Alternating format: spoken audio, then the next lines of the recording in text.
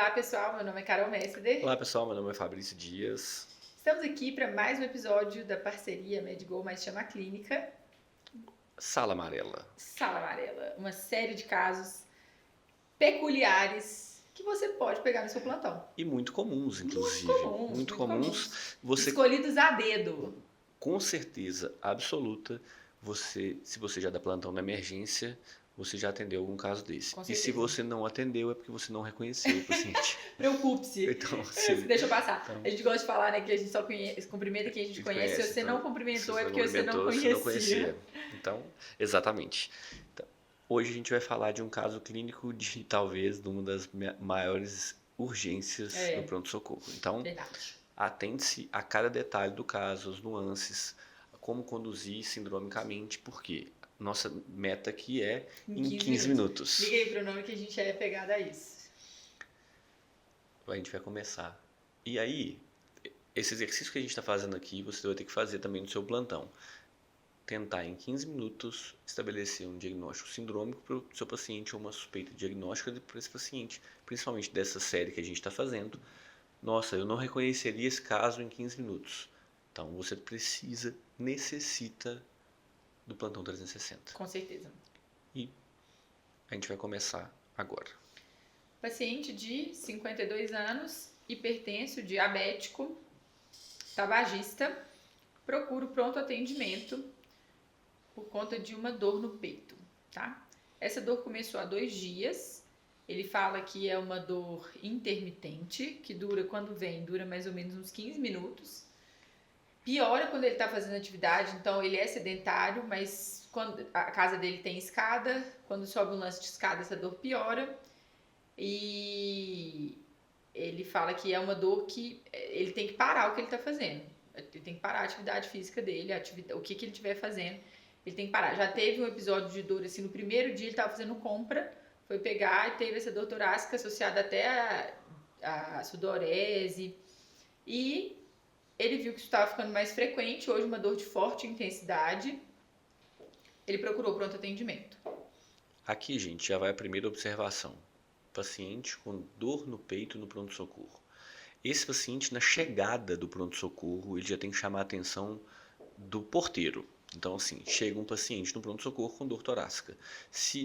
Ele tem que ter um fluxo de atendimento mais rápido. Então, esse paciente vai chegar mais rápido em você. Ou ele, ou o eletro que ele fez. Por quê? Esse paciente é um paciente que precisa ser atendido rapidamente. E diante de um paciente que você olhou, é dor torácica, de novo a gente vai falar, a anamnese desse paciente precisa ser direcionada. E você precisa ser rápido, porque você tem que identificar o que a gente chama de catástrofes torácicas, né? E aí, conversando rapidamente, você vai caracterizar a dor. Então, a gente está falando de qual tipo de dor, Carol? Então, assim, como que era a dor desse paciente? Era uma dor torácica? Ela irradiava para algum lugar? Irradiava para o membro superior esquerdo. Ela era em aperto, pontada? Em aperto. Em aperto. Ele faz assim, ó. Então, olha só, não é uma dor que ele localiza num ponto, é uma dor que é uma região que ele fala em aperto com irradiação. Opa, essa dor tem que me preocupar. Essa dor foi desencadeada por exercício físico? Sim. Tá? Ele estava fazendo um esforço físico e teve dor. Opa, outra característica importante dessa dor. Essa dor, ela melhora com o repouso? Ele falou que a primeira vez sim, mas hoje não estava melhorando. Então, olha só, a primeira vez que ela apareceu, ela tinha melhora com repouso. Essas características têm que nos levar nenhum paciente que a gente já está sabendo, né? Ou a gente já perguntou para ele, ele é diabético, hipertenso e tabagista e sedentário. E além de sedentário, eu não preciso nem saber a história familiar nesse caso. Oh. Mas eu estou diante de um paciente que a minha primeira hipótese tem que ser síndrome coronariana aguda. Então, assim, esse paciente ele precisa ser rapidamente avaliado com eletrocardiograma. Então, assim, a primeira medida para esse paciente é um eletrocardiograma de 2 derivações. Inclusive, uma medida de qualidade assistencial é esse porta-eletro, que tem que ser de 10 minutos. 10 minutos. Então, esse paciente, que é um paciente potencial de risco de uma síndrome coronariana aguda, é um paciente que vai ganhar um eletro, uma dor torácica típica, um paciente vai ganhar um eletro, ele tem que ganhar o eletro em 10 minutos. E aí é muito importante porque às vezes você vai receber o paciente ou o eletro. Então você tem que coletar a história rapidamente porque sua conduta tem que ser rápida. Síndrome coronariana aguda. Eletro desse paciente, a gente vai colocar o eletro aqui agora, ele estava com essas alterações que a Carol vai descrever. O eletro dele, ele tinha... Vai ser com supra? Você Não quer... sei, não. Vamos colocar com supra? Pode. É porque eu achei que você já tinha ali, desculpa. Tinha não. Desculpa, foi mal. Eu What? achei que... eu achei que você tava com ele na tela. Zero. Perdão. O paciente tinha um BRE e um supradesnivelamento do segmento ST. Então, assim, olha só a importância do eletro nesse caso. Nesse paciente, com esse quadro clínico, que é a dor dele é uma dor tipo anginosa, porque ela é uma dor torácica, em aperto, com irradiação, duração maior que 20 minutos, induzida por esforço e que nesse caso não melhora com repouso. Então, assim, mas melhorou com repouso no passado, na primeira vez que ele sentiu dor. Então, é uma dor torácica que a gente chama de tipo A, definitivamente anginosa. Num paciente que tem vários fatores de risco, é uma síndrome coronariana, pelo menos sem supra. Com essas alterações no eletro, a gente tem que conduzir esse paciente com uma síndrome coronariana com supra de ST. Aí, gente, eu vou coletar exames desse paciente. A gente precisa de fazer exame laboratorial, mas antes dos exames, e eu fico vendo muita gente apavorado com o exame na hora de atender esse tipo de paciente, eu preciso de monitorizar esse paciente na sala de emergência. Então, se move criatura, como a Carol gosta de falar. E aí, na sala de emergência, você vai colocar, se esse paciente estiver desaturando, então a gente não falou do exame físico dele, mas a oximetria dele estava normal. Se o paciente não tem hipoxemia por um tempo, acreditou-se que oxigênio ajudava, não tem nada disso, gente. Você vai colocar oxigênio no paciente com síndrome coronariana aguda se ele tiver hipoxemia. Ponto. Saturação menor que 92 você coloca. Exato. Se não tiver, você não precisa colocar. Se não tiver, você não precisa colocar. No caso desse paciente não foi colocado, ele tinha 95% de saturação. O exame físico dele, então, para a gente sistematizar o atendimento, ele tinha uma PA de 140 por 80, estava normotenso, frequência cardíaca dele de 80, saturando 95% era evidente, frequência respiratória de 18. No aparelho cardiovascular, estava bem perfundido, não tinha nenhuma alteração que chamasse atenção. Respiratório, esse paciente estava eupneico, ausculta limpa, saturando 95%, já falei, e frequência respiratória de 18. Abdômen limpo e inocente. Ah, cara, tá muito tranquilo o paciente, né? Eu posso esperar. Não, né, gente? Por favor, assim, o famoso quem vê cara literalmente não vê coração, né? Então, assim, esse paciente é um paciente com uma síndrome coronariana aguda com supra de ST. E aí, olha a importância disso. A gente falou do MOV aqui, e o MOV, às vezes, a gente fala de eletroexame físico, né? O eletro veio primeiro agora e o exame físico veio depois. Então, assim, às vezes, muitas vezes, esse paciente, eu vou monitorizar esse paciente, colocar oxigênio se precisar, acesso venoso, e aí sim eu vou preocupar com o exame físico. Mas aí, junto com o exame físico, eu já prescrevi protocolo de síndrome coronariana aguda.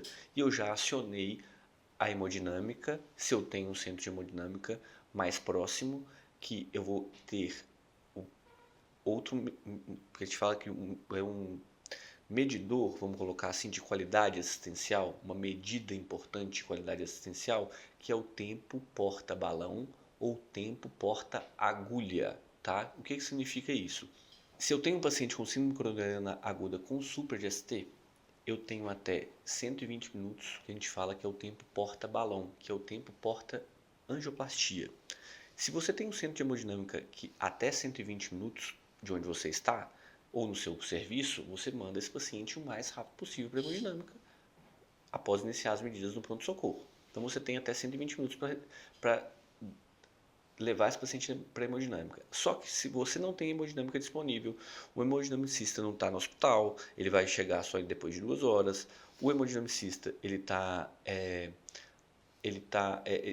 a hemodinâmica não está disponível, a hemodinâmica, você está atendendo um paciente numa UPA, não tem como transferir o paciente para uma angioplastia primária, esse paciente precisa de ser trombolizado o mais rápido possível. Então, assim, olha a importância de tomada de decisão clínica rápida. Reconhecimento da gravidade, Diagnóstico sindrômico, tomada de decisão. E É nisso que a gente está batendo essa tecla, porque é importante é mesmo. muito importante. Eu tenho um exame complementar desse paciente, junto com uma história clínica, uma avaliação do sintoma do paciente e os fatores de risco, fazendo o diagnóstico do paciente sindrômico na sala de emergência.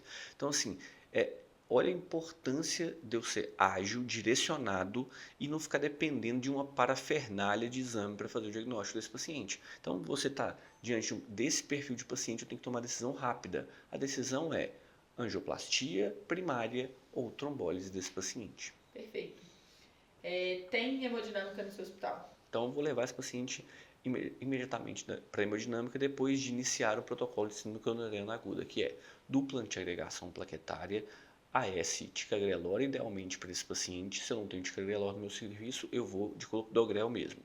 Tá? Trato a dor torácica, eu dou um nitrato para esse paciente, eu começo uma nitroglicerina venosa para esse paciente, porque ele já está monitorizado. Tá? Então, assim, eu vou uma estatina de alta potência. E nesse caso, eu não dou o anticoagulante, porque esse paciente vai para a angioplastia primária. Tá? Então, assim, Essa é uma dúvida frequente. Quando dar anticoagulante? Quando, em uma síndrome coronariana aguda sem supra de ST, eu posso dar um anticoagulante. Se ele não vai para a angioplastia primária, eu posso dar um anticoagulante. Se ele vai para a angioplastia primária, ele vai receber um anticoagulante na sala da hemodinâmica. Tá. O hemodinamicista te ligou para pegar o caso e perguntou qual que é o QILIP desse paciente. Aí, para classificar o QILIP e aí uma classificação, de novo, eu preciso de um exame laboratorial, de uma gasometria arterial para definir o QILIP desse paciente, não, gente, não preciso de nenhum exame, eu preciso de uma avaliação clínica. Primeiro saber o que é QILIP. Isso é uma coisa que importantíssimo. Que é fundamental. Se atender um paciente com síndrome coronariana aguda, você tem que colocar lá qual que é o QILIP dele. É igual se você atender um paciente com TEP, você tem que colocar o PESE. Porque isso faz muita diferença, porque a gravidade do paciente também nos direciona para a agilidade do tratamento. Eu estou atendendo esse paciente pós-PCR. Nossa, isso é uma catástrofe, né? Então, assim, mas o QILIP 1 eu posso demorar mais? Não, não pode. Então, assim, mas você está diante de um paciente que a potencialidade de deteriorização clínica dele é menor. Então, assim, mas, de novo, isso deve atrasar seu tratamento. Importante demais, QILIP 1 é o paciente que está em ar ambiente, bombardão respiratório. QILIP 2, ele está usando oxigênio. Ele começa a ter algumas crepitações. No QILIP 3, ele crepitações até terço médio, precisa de um fluxo maior de oxigênio. QILIP 4, ele está em choque cardiogênico. Então, assim, olha a importância de você falar para o hemodinamicista, olha, você vai receber um paciente aí que está com essa gravidade. O QILIP te ajuda nisso. Perfeito. Falamos, morfina, pode dar? Morfina é um analgésico, você pode fazer morfina para dor, tá bom? Principalmente se o paciente não melhora com nitrato, por exemplo. Tô perguntando isso porque os meninos, sempre que a gente fala de síndrome coronariana aguda, eles lembram do Monabish. Monabish. E aí tem lá morfina, oxigênio. Esses mnemônicos a gente ama, né? Mas eles devem ser usados, gente, quando a gente tem um conhecimento por trás. Então, não é porque tá ali, tem ó de oxigênio, mas como assim vocês falaram que não precisa? Eu vou individualizar, o ó tá ali só para te lembrar de avaliar isso, que é um parâmetro que vai complementar a sua decisão. Exato, assim, então, diante de um paciente com você pode colocar tudo na mesa, todas as ferramentas na mesa e individualizar. Para esse paciente eu vou usar o quê? A gente acabou de falar, por exemplo, que heparina para esse paciente eu não vou fazer. Isso. Então, assim, né, gente? O oxigênio a gente vai não usar. Precisar. Morfina vai depender. Isso é para você lembrar. Isso. Tá? Mas não é para você botar tudo no pacote, porque depois, se você, nesse caso, empacotar o seu doente, você pode deixar passar alguma coisa ou esquecer, ou simplesmente fazer em excesso, que também é ruim, né? Então, nesse caso, o mais importante é reconhecer a gravidade do paciente, mesmo o paciente estando completamente estável. E por isso que a gente colocou esse caso, e esse caso, de novo, faz parte de uma série de casos reais que aconteceram com a gente, que a gente pegou, teve acesso e participou da condução deles de alguma forma. E é um paciente que estava completamente estável. Então, esse paciente, ele poderia, a não ser pela dor, né, que ele sentia, ele poderia ter sido negligenciado, a gente ter atrasado o diagnóstico e impactar negativamente no prognóstico desse paciente. Esse paciente foi ótimo, ele foi para hemodinâmica, fez angioplastia, foi para o CTI, teve alta para a unidade de internação e deve ter alta amanhã. Então, assim, abordagem rápida do paciente, reconhecimento e abordagem rápida foi o que salvou o paciente. Então, assim, olha a importância do médico que está no pronto-socorro. Então, se você está ali na porta, atente-se para isso. Não subestime o quadro clínico do paciente, saiba reconhecer pequenos detalhes de... E as alterações eletrocardiográficas típicas, né? Para todas essas ferramentas para você, e a gente está quase acabando, tem 30 segundos, plantão 360. É verdade. Esse e outros casos como esse, outras síndromes clínicas que são muito importantes na emergência, estão no 360. E a gente sabe que a síndrome coronariana não se resume ao supra, né? Ela vai além. Então, tem síndrome coronariana aguda sem supra de ST, tem angina estável. Tudo isso a gente vai esmiuçar com vocês lá no Plantão 360. Cada quadro, cada área abordada por um especialista. Eu acho que esse é um grande diferencial desse curso. O pânico de todos, né? Que é o eletro no pronto-socorro, né? Identificação das principais alterações do eletro no PA. Orientado por um cardiologista.